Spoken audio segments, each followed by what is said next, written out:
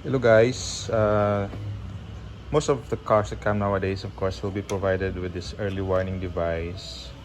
So this one came with my car over there, and the quality is quite good. Meron siyang red and this is orange, which is what the law requires. But the problem with first is you need two.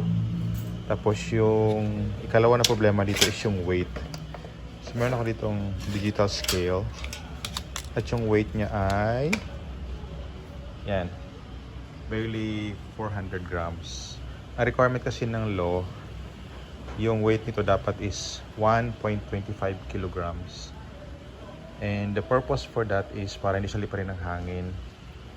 So instead of buying kasi bibili ka ng yung talagang LTO compliant is close to about 1,000 pesos. So what I'm doing now is probably I'm not modifying this. Kasi bumili ako ng umurahin lang and I found my old one actually. Yan, ito siya na binili dati na set. So ito na yung finished product. I found yung mga flat bar dati na mga scrap na ito mabigat to eh. This already yan, almost a kilo na siya. So kapag dinagdag mo yon, more than 1.25 na siya.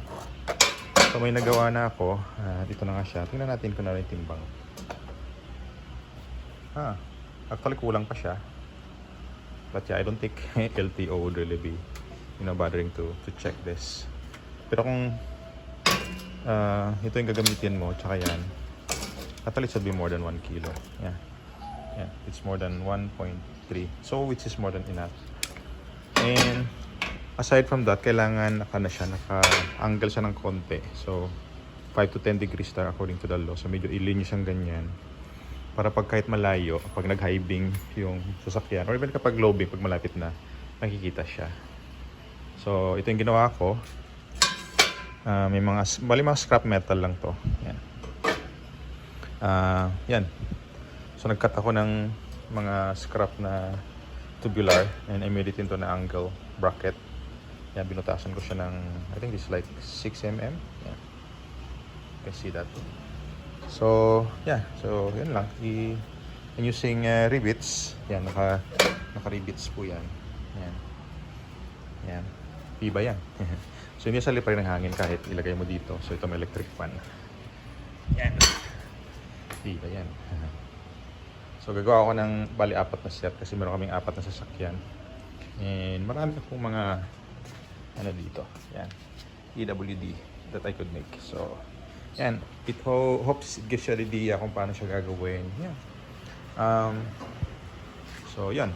I'll share also yung link dun sa law. Para you can have idea. Kasi kung bibilin mo ngayon, like this one, no, you cannot buy this one. Yung compliance sa LTO, as mentioned, is almost 1,000 more or less. I think mga 700, 800 ganun.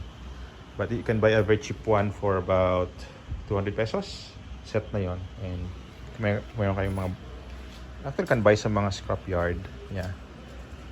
Yan, ito siya. Medyo makapal. So, yan. Singhaba ng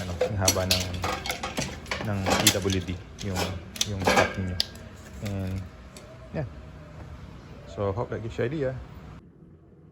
And this is the specification of the early warning device. 40 centimeters long, yung each side and triangle, so 5 centimeter wide, so about 2 inches, and reflectorized siya, back by metal. Tapos ano ba yan? Yan, ito yung pinaka-importante is yung 1.25 kilogram siya. Mabigat siya. So yep, hope that helps.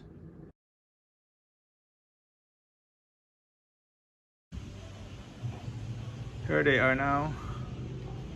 So this is the original that came from the car. Technically, kung susundin mo talaga sa Republic Act, dapat naka-elevate pa siya ng 7 cm at least. So ito sobra-sobra na to. Kaya lang ito naman, hindi siguro baka pwede pa siyang liparin ng hangin kasi magaan siya. But this one, and bigat siya. And naka-angle siya ng konti. So yeah. Yan. Compliant na siya.